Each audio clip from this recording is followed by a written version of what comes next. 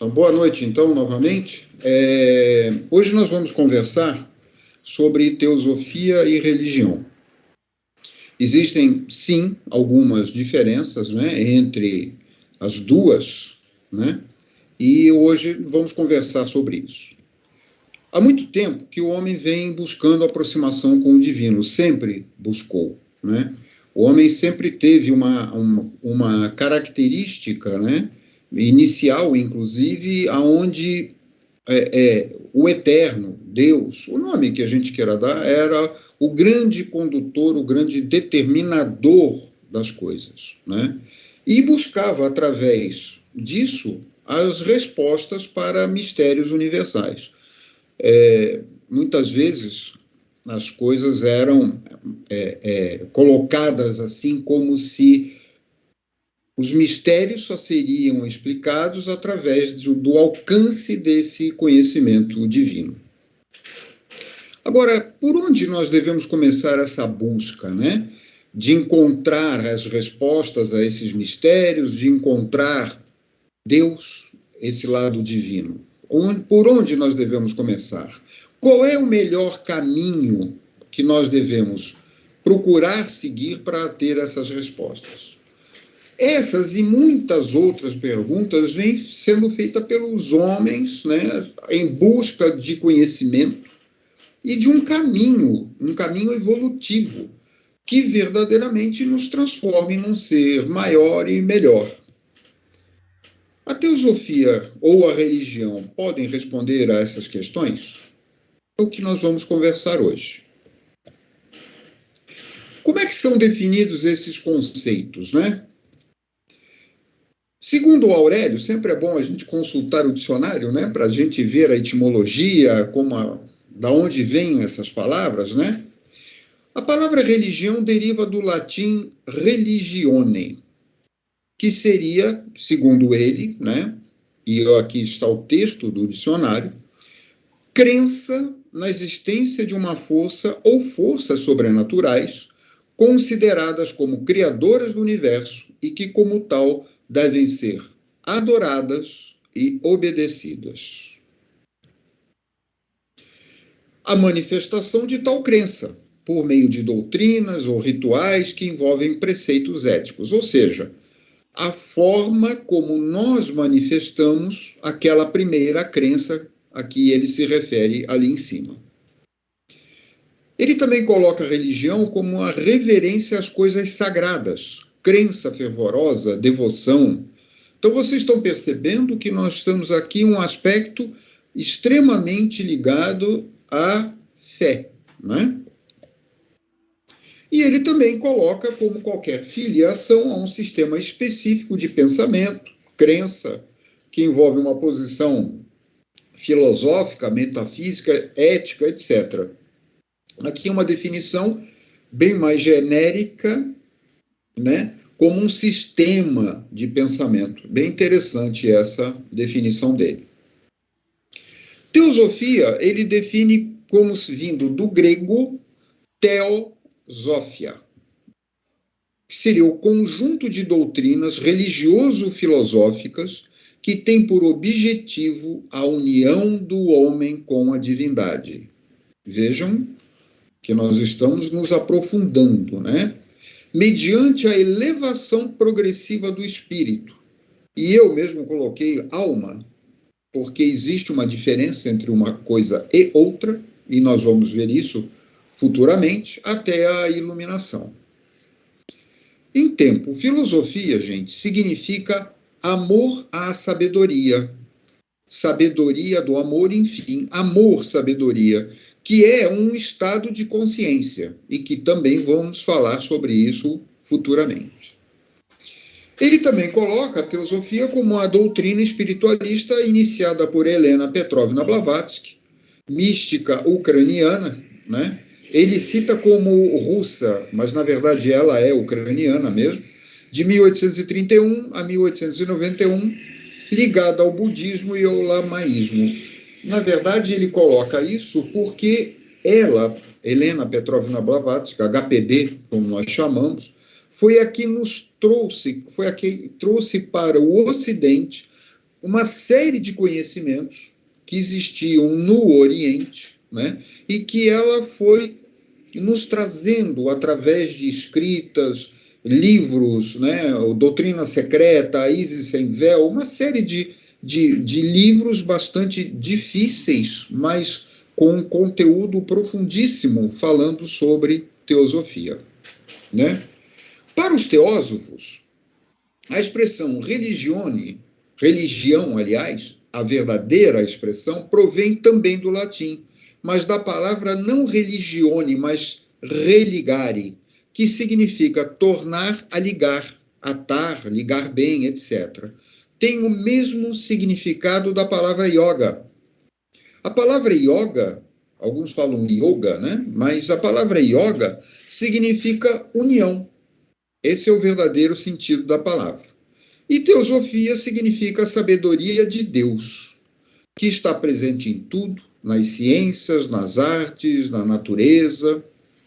Segundo a sabedoria iniciática das idades, a teosofia é o tronco que dá origem a tudo, a cruz do Pramanta. O Arthur falou sobre isso na nossa última reunião, né?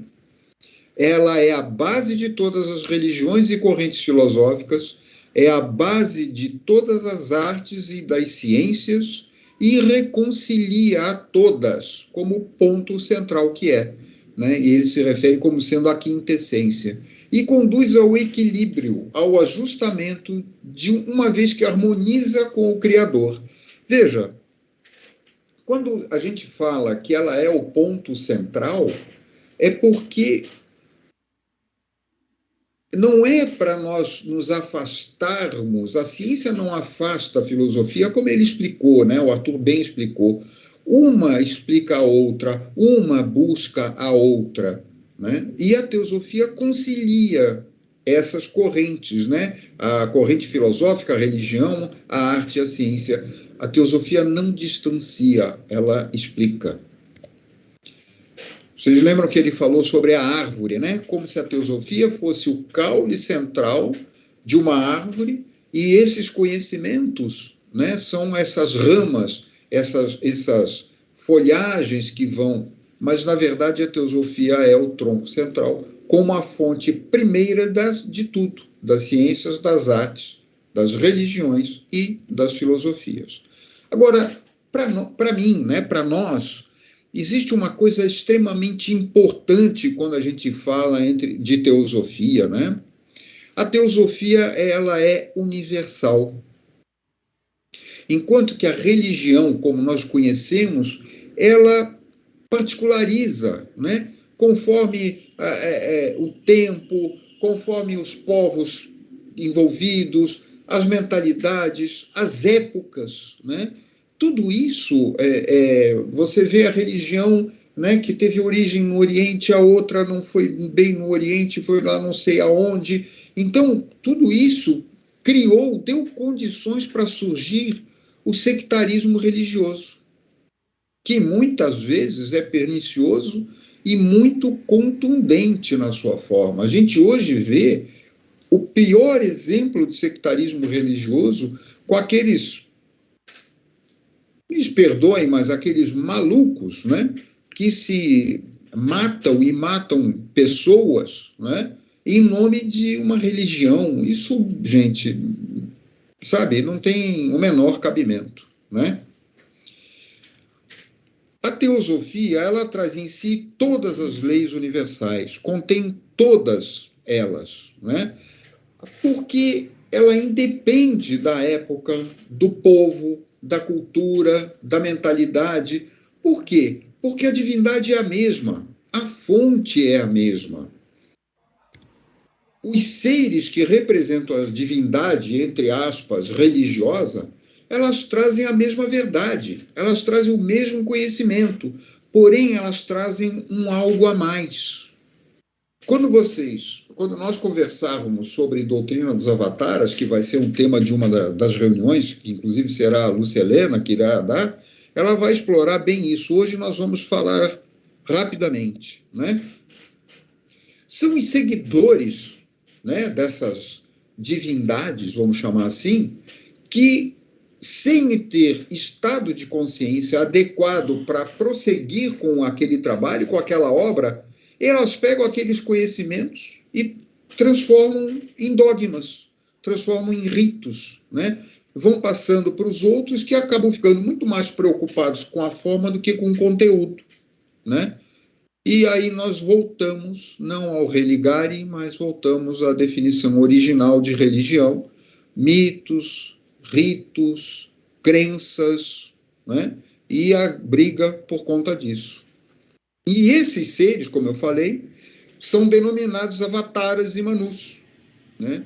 E eles todos, gente, provêm de uma essência única. O que difere entre eles é que eles trazem uma nova tônica evolucional. Vocês imaginem que toda a humanidade, né, independente, ela vem crescendo, ela vem evoluindo, ela vem mudando. Então, esses seres, eles não aparecem para dizer a mesma coisa, da mesma maneira, porque mudou o estado de consciência, mudou a época, mudou tudo, mudou a linguagem, mudou tudo. Então, eles vêm trazer uma nova tônica evolucional para que nós possamos continuar evoluindo. Isso significa trazer uma nova tônica evolucional. É como se colocasse um pé à frente, para que a gente pudesse andar. E nenhum deles veio fundar religião nenhuma. São os homens que criam religiões, né, exatamente pela falta de seu estado de consciência. Então, eles pegam todos aquele conhecimento precioso, e transformam em dogma. O maior exemplo que nós temos é a própria igreja. A igreja, por exemplo, na Idade Média, ela, que é a chamada Idade Negra, das Inquisições e tudo, ela criou uma lei onde era proibida a interpretação da Bíblia. Então, a Bíblia tinha que ser lida ao pé da letra. Ou seja, fica difícil explorar todo esse lado do conhecimento e da evolução. É como se fosse uma parada no tempo, né? Mas nenhum deles veio criar religiões. E são muitos esses avatares com conhecimentos muito preciosos. Por exemplo, Siddhartha Gautama, né? O Buda, né? O nome dele era Siddhartha Gautama, significa o condutor de gado, né? Ou seja, ele era um orientador, né? O Buda, quer dizer, Buda é um título, né? Não é o nome dele era Siddhartha, trouxe o budismo. Yoshua Ben Pandira, o Cristo, o Jesus Cristo bíblico, né? Trouxe o cristianismo. Veja, eu escrevi Jesus o Cristo, porque é também um título. Cristo e Buda é uma dignidade, é um título, não é um nome. Jesus Krishna, eu acho sensacional, né? Jesus Krishna veio 3.500 anos antes de Cristo, se não me falha a memória. Olha o nome, gente, Jesus Krishna. Qualquer semelhança com Jesus Cristo não é mera coincidência, né? Aí veio outro profeta, Maomé, né, que trouxe um conhecimento muito bacana, muito bom, mas que foi deturpado. E foi deturpado por quê? Né? Porque ele, assim como Moisés, teve que lutar para poder preservar o conhecimento, para poder manter aquela tradição, aquele conhecimento, sim, repito, porque eram contra isso. Então, ele teve realmente uma luta, como Moisés teve.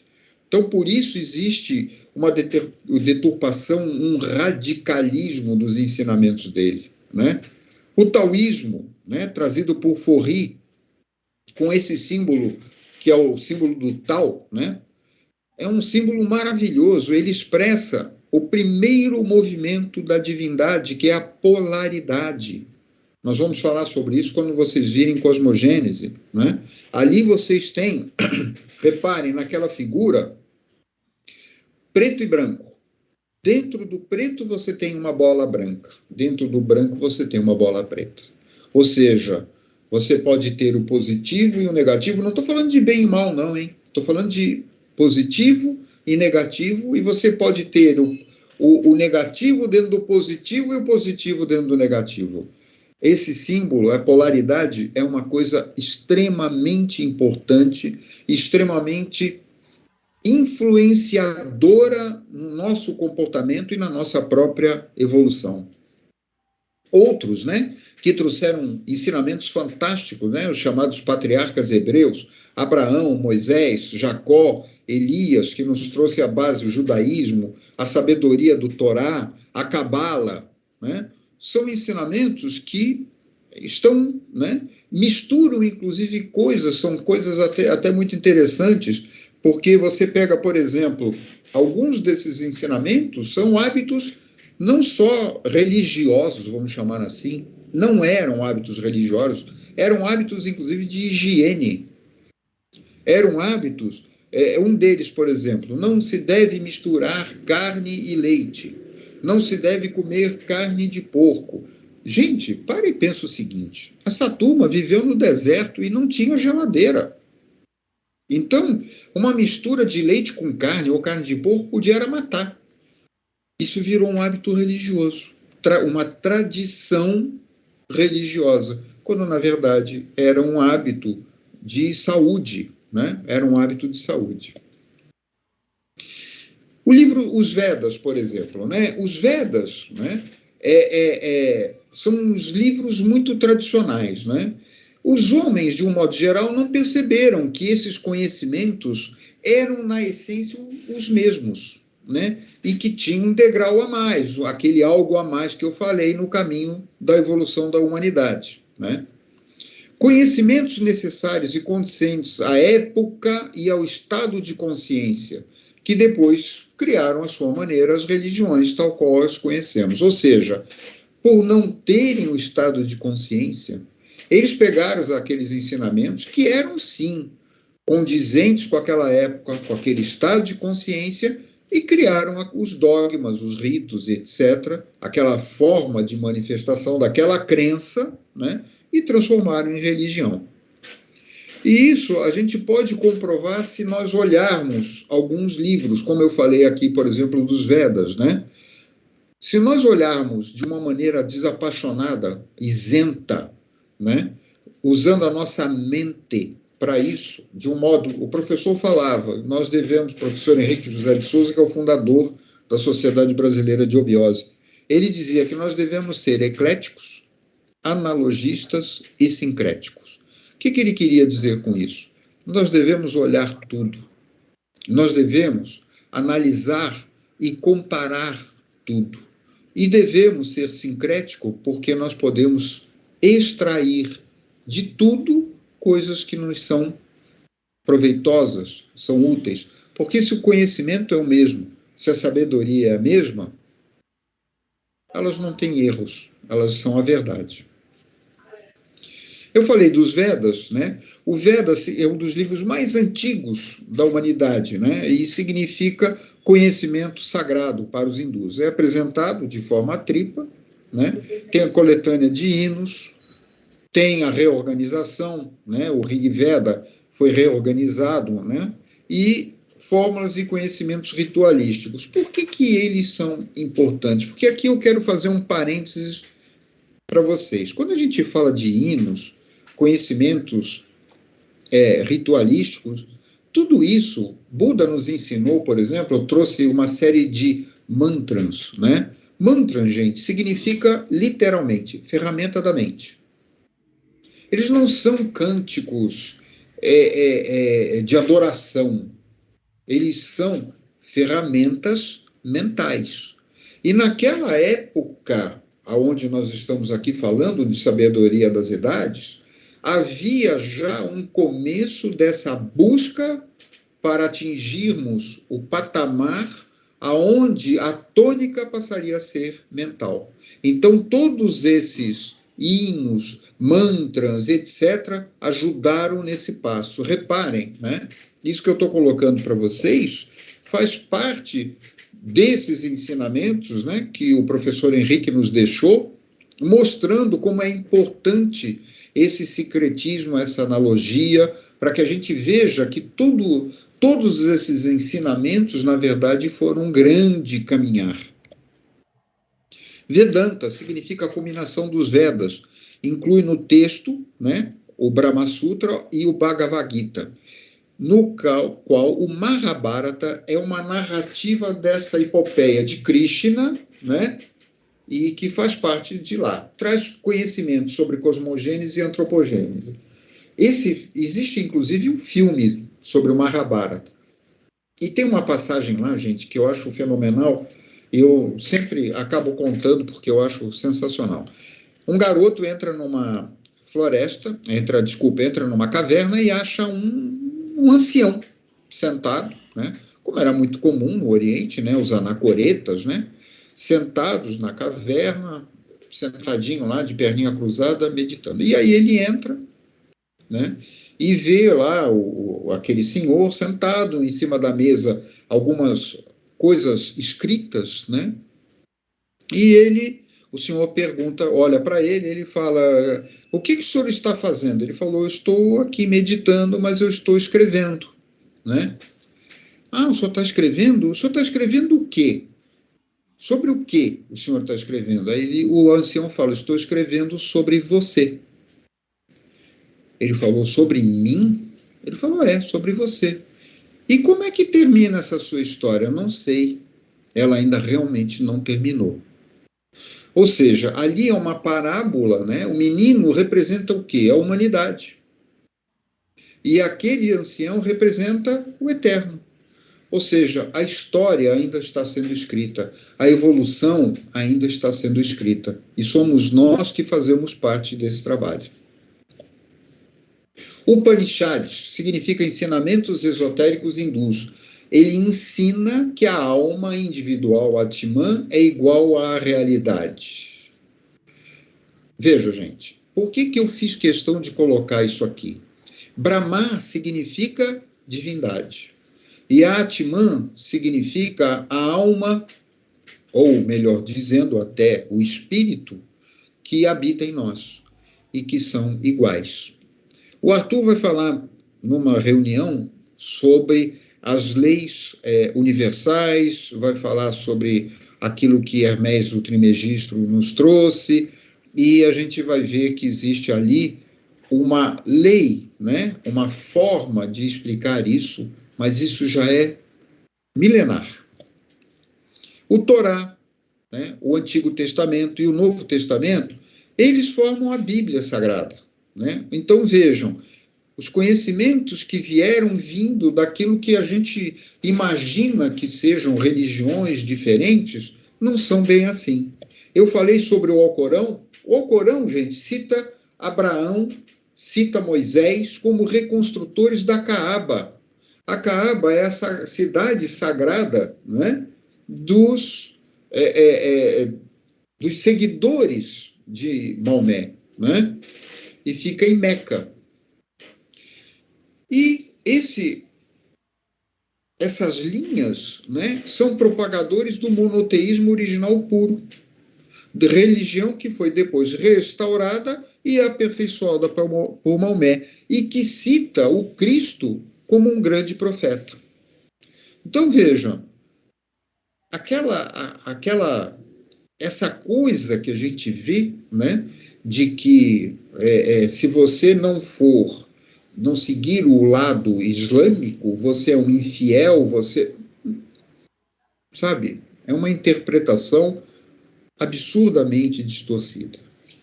Mas com isso, as religiões todas passaram à busca de Deus, né? Ali está Forri e embaixo está o Tao, né? Que é o símbolo do taoísmo, aonde a gente vê essa representação da polaridade, né? Agora, o homem vem em busca de Deus através das religiões.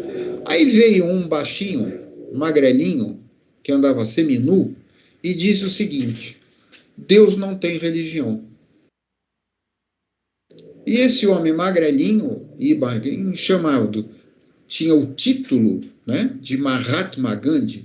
Mahatma significa a grande alma. E ele diz simplesmente, Deus não tem religião. E ele fala isso, viu, gente, até por um motivo não só bem verdadeiro sobre isso que nós estamos falando, mas também por um motivo político. Porque Gandhi lutou muito para que não houvesse a separação da Índia.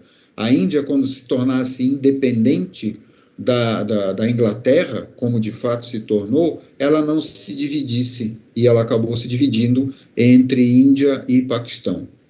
Esse foi uma grande tristeza da vida dele. Mas antes dele, veio uma outra pessoa que nós já falamos, né? Que Helena Petrovna Blavatsky diz que não existe religião superior à verdade. E a verdade, gente, ela é única. Ela está contida em todos os livros sagrados. O que nós temos que fazer é buscar, perceber, e como dizia o professor Henrique, perceber o espírito que vivifica e não a letra que mata. Por isso ele dizia para sermos analistas, sincréticos e analogistas, né? Se nós entendermos isso, nós vamos estar de posse, ou vamos começar a estar de posse, da sabedoria de Deus, da teosofia. Há milênios, gente, o homem inteligente vem buscando fazer perguntas e buscando respostas a esses tipos de pergunta, por exemplo. Nós acreditamos que além do nosso cotidiano, do nosso dia a dia, existe alguma coisa? Será que a gente nasceu para acordar, tomar banho, escovar o dente, trabalhar, fazer isso todo dia, esperar chegar o happy hour na sexta-feira e assim vamos até morrer? Será que é isso? Será que não existe nada além? Será que a gente não se faz essa pergunta? Eu creio que sim, porque senão nós não estaríamos aqui em busca desse algo. Nós acreditamos que possa existir algo superior além do alcance dos nossos 5 sentidos? Que a gente, às vezes, somos apenas capazes de pressentir? Dando um exemplozinho para vocês. As cores. Vocês imaginam o seguinte, se todos nós fôssemos daltônicos, então não existiriam as cores, só existiriam tons de cinza. Ou seja, se os nossos 5 sentidos for falho, nem aquilo que hoje vemos seria para nós realidade. É plausível que esse algo, essa força, seja responsável pela criação? Eu acredito que sim, porque existe uma frasezinha que diz que do nada, nada vem. Então, se nós temos um Criador universal, já que do nada nada vem, não seria esquisito esse Criador trazer conhecimentos e orientar apenas um povo numa determinada época? É universal ou não é? É atemporal ou não é? E eu diria até, seria justo ou não? Se nós respondermos sim a essas perguntinhas, de pronto nós podemos começar a repudiar o pior produto das religiões, que é o sectarismo religioso e dogmático. Porque eu disse lá em cima, a verdade é única e está contida em todos os livros sagrados. É verdade. Porém, por conta de toda aquela restrição que foi imposta, ela deixou de abranger toda a realidade, né? Eu cito um exemplo, nossa palestra que nós fizemos no mês passado, eu falei imaginem que essa verdade é um grande espelho que cai no chão e se parte. Cada fragmento daquele continua refletindo, continua com a propriedade daquele espelho enorme, só que passa a refletir só aquilo que ele alcança, só aquilo que ele abrange. Mas tem uma parte da verdade ali. Agora, o sectarismo religioso impede que isso seja visto. Quando você se agarra a esses dogmas, não aceita, não enxerga a grandeza de tudo isso, você cria o sectarismo religioso. E daí surgem centenas de religiões. Aqui tem algumas delas que eu coloquei apenas as que são, assim, vamos dizer, mais conhecidas, mas existem uma série delas. Vejam isso. Isso aqui é um gráfico, né? É um gráfico mostrando como é essa distribuição religiosa pelo mundo. Os cristãos estão ali liderando, né, com 33%, seguindo de perto pelos muçulmanos, depois hindus, aí vem os agnósticos, budistas, e assim vamos, né? E o chato disso tudo, né? Chato é uma palavra estranha, mas é isso mesmo, é que um não aceita o outro, um repudia o outro, né? Então eu não escuto e até guerreio por conta disso, né? E o homem sempre fez isso, viu, gente? Não é de agora, não. Na verdade, é só nós lembrarmos da época das cruzadas, né? O que acontecia. Agora, a gente sabe, então, que a verdade, a sabedoria é única e é de todos. Ela não é privilégio de um povo ou de uma época. Porém, é verdade que, para que a verdadeira essência desses conhecimentos não fosse nem perdida e nem mal utilizada, ela acabou ficando oculta, entre aspas, sob a guarda das chamadas escolas iniciáticas e ordens secretas que a gente identifica durante toda a história. Arthur falou sobre isso também numa palestra, né? Agora, isso não significa privilégio. Ao contrário, as ordens secretas, elas têm um trabalho a ser realizado. E esse trabalho foi, essa proteção surgiu, né, exatamente para que o homem não utilizasse mais esses conhecimentos, né, porque ele poderia utilizar em proveito próprio, né, e não da humanidade, como algumas vezes ele fez e não deu bom resultado, não. Dentre as que trouxeram para a humanidade a sabedoria, a gente pode citar a Ordem Rosa Cruz, né? Aqueles que tiveram a oportunidade de assistir e estar no nosso canal a palestra que o Arthur falou sobre ordens secretas, vocês vão ver a Ordem Rosa Cruz, nós conhecemos, né, a Ordem Rosa Cruz, ela foi fundada por Cunaton, gente, em 1300 e tantos antes de Cristo. Era chamada Ordem Rosa Cruz dos Andrógenos. Ela é muito antiga. Junto com ela existem outras muito antigas. Existem a Ordem de Maris, a Ordem de Avis, essa já se diz um pouco mais perto de nós, porque tiveram muita influência em Portugal, né? A Ordem dos Templários, que todo mundo conhece, todo mundo ouve falar, né? A Ordem dos Monges Construtores, que teve a sua origem dentro da Ordem dos Templários, né? Quando a Ordem dos Templários ela foi, entre aspas, destruída, essa Ordem dos Monges Construtores ela ficou dentro da igreja, né? Então vocês reparem os templos, as igrejas construídas em todo o mundo, como elas são parecidas. Elas são verdadeiros templos, elas são templos criadas com medidas canônicas proporcionais, né, por esses monges construtores. Se vocês forem na praia e olharem a igreja do Imbaré, vocês vão ver que elas seguem esse padrão. E elas têm lá dentro uma série de símbolos maçons, né, antigos, porque a maçonaria também foi uma ordem secreta, né, que teve durante muito tempo uma influência muito grande, como foi na Revolução Francesa, né?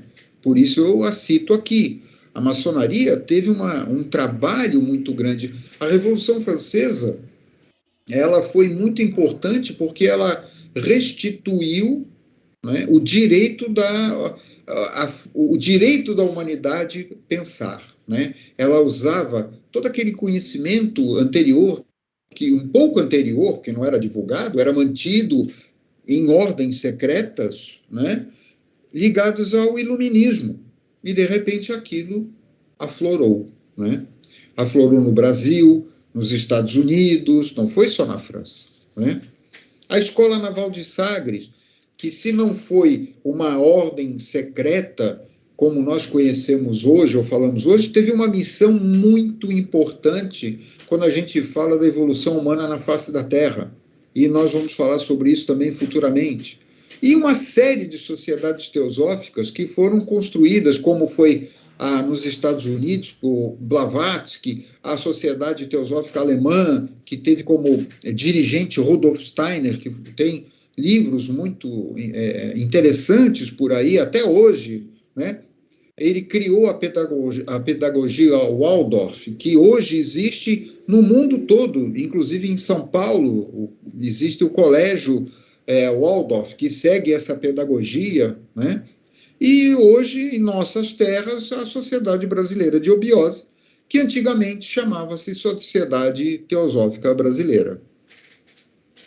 A teosofia, gente, ela é um conjunto, ela é um corpo de conhecimentos, então, que sintetiza a filosofia, sintetiza a arte, ciência e as religiões, né? Ela é para toda a humanidade, né? E será através desses conhecimentos, através dos conhecimentos teosóficos, ela irá nos propiciar essa nossa religação. Agora, eu estou falando aqui de religação do que com quem ou de quem com o que, né? Afinal, o que está desligado? Nós estamos desligados. Nós estamos desligados. Nós estamos desligados do nosso eu verdadeiro. Vocês lembram que eu falei para vocês, né? Da diferença entre espírito e alma. Existe uma diferença. E nós vamos falar sobre isso quando a gente falar sobre constituição oculta do homem. Aguardem o próximo capítulo, né? Então, nós estamos desligados desse eu superior, do nosso Deus interno, da nossa centelha crística, o nome que vocês quiserem dar. Nós, a humanidade, nos desligamos da divindade. Santo Agostinho dizia, fomos deuses e disso nos esquecemos. Então, a teosofia procura ensinar essa sabedoria, né? Sabedoria universal, nessa busca da verdadeira religião no sentido de religação, né? Nós saímos de um plano superior e viemos para a Terra para adquirirmos experiência, para evoluirmos. É aquela parábola do filho pródigo que o Cristo fala, né? Aquele homem, aquele senhor que tinha 2 filhos, um queria ir conhecer o mundo, e ele deu a parte da herança desse filho, e o filho saiu pelo mundo, dando um monte de cabeçada, adquirindo experiência, gastou toda a fortuna, gastou o dinheiro todo e voltou para a casa do pai. E o outro filho, né, ficou até meio zangado, falou, poxa, pai, eu fiquei aqui, ajudei, o meu irmão foi lá, gastou o dinheiro todo e você o recebe? Ele fala assim, ele foi e adquiriu experiências. E adquirir experiência significa adquirir consciência. Então ele recebe o filho, não aquele mesmo que saiu, mas com experiências adquiridas, com consciência adquirida. Esse é o significado dessa parábola. Por que isso, né? Nós saímos e viemos à Terra para cumprir a primeira e maior das leis universais, a lei da evolução. Eu vou falar rapidinho aqui porque, como eu disse, o Arthur vai falar sobre leis universais e vai explorar bem isso. Mas para que tenha sentido, eu preciso dar algumas definições. Então, a lei da evolução diz o seguinte, que tudo traz em si, de forma imanente, a tendência à evolução, né? Ou seja, tudo evolui. E para nós, o que é evoluir? é transformar vida-energia em vida-consciência. É voltar ao eterno, voltar à origem de tudo, não mais como centelha de energia, mas com experiências e com consciência da evolução. É o sentido da parábola do filho pródigo, né? Que eu acabei de falar. Agora, como que nós conseguimos isso? Em primeiro lugar, gente, conhecendo-nos a nós mesmos. Esse é o primeiro ponto. Vocês já ouviram várias vezes aquela expressão: homem, conhece-te a ti mesmo. Vocês vão ver ao longo das nossas reuniões o quanto isso é importante, o quanto essa busca, né, é importante. A nossa busca começa pelo autoconhecimento, né? E nós vamos buscando as respostas àquelas perguntas iniciais, né? Quem somos, de onde viemos, para onde vamos, né? E eu acrescento uma que para nós é muito importante. O que eu tenho a realizar? Não é só saber quem eu sou, da onde eu vim, para onde eu vou. São perguntas difíceis de responder? Até são, mas vocês vão ver que existe a resposta. Mas também existe a resposta para aquilo que eu tenho que realizar. Então, o que eu quero é conhecer esse nosso verdadeiro eu superior, esse nosso eu interno, né? Gente, não tem necessidade de buscar um Deus externo. Ele está dentro de nós. O Cristo dizia: o reino dos céus está dentro de vós. O que ele queria dizer com isso? Ele queria dizer com isso que a verdade estava dentro de nós. A centelha crística estava dentro de nós. Não está na rua, ela não está na esquina. Ela está dentro de nós. E o que nós temos que fazer é buscá-la, é alcançá-la. Primeiro ponto, né, e que nós vamos falar melhor, é conhecer e dominar as nossas emoções, acalmar os nossos desejos. E para isso nós dispomos do maior dos instrumentos, que é a nossa mente. Nós temos que buscar o equilíbrio entre esses dois pontos. O professor Henrique dizia: aquele que conseguir colocar o coração ao lado da mente, alcançará na terra a maior das alturas. E nós temos esses dois aspectos, mente e emoção. A tônica, por que eu falei da ferramenta da mente, né? A tônica atual é a mental. A humanidade já passou pela tônica emocional, a tônica evolutiva emocional. Hoje, o ciclo é mental. É através da mente que nós vamos adquirir conhecimentos. Vamos meditar e equilibrar nossos comportamentos e atitudes. Eu sempre dou uma pincelada. Comportamento e atitude não são a mesma coisa. Comportamento é a maneira como eu ajo. A atitude é o meu eu, é a minha forma de ser que mostra e determina como eu devo me comportar. Porque eu posso me comportar, mas não ter aquele valor dentro de mim. Me comporto daquela maneira porque a sociedade obriga ou exige, enfim, o nome não importa. A atitude não é assim. A atitude é interna, é um valor interno.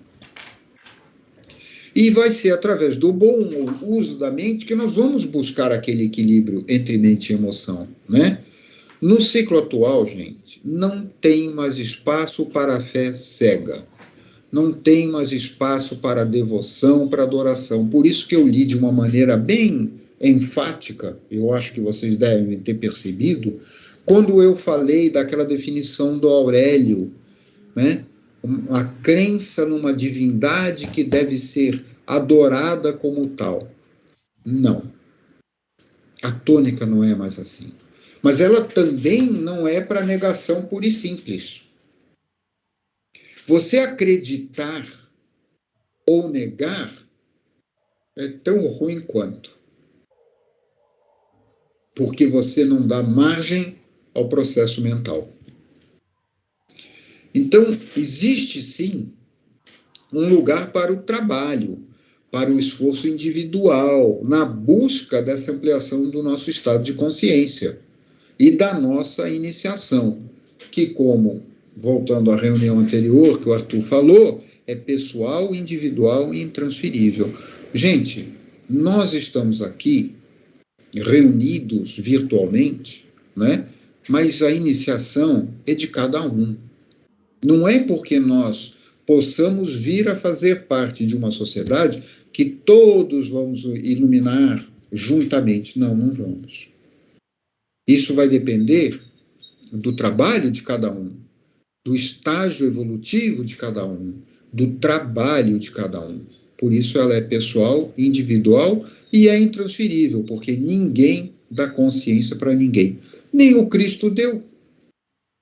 O domingo de Pentecostes, né, onde é representada aquela linguazinha de fogo, que é o recebimento dessa consciência pelos apóstolos, eles receberam aquilo por mérito.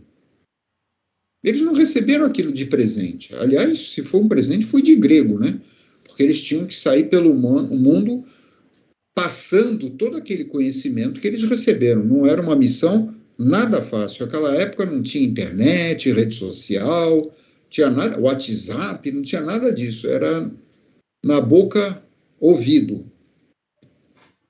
Então, gente, todas essas religiões, né, elas vão criando. Eu só quero dar uma pincelada rápida para que vocês entendam a importância dessa linha mental, dessa criação mental. Todas as linhas, pensamentos, filosofias, elas têm as suas vestes tornadas reais através do poder da mente. É a egrégora, se chama egrégora. Nós vamos falar sobre isso com mais detalhes, né?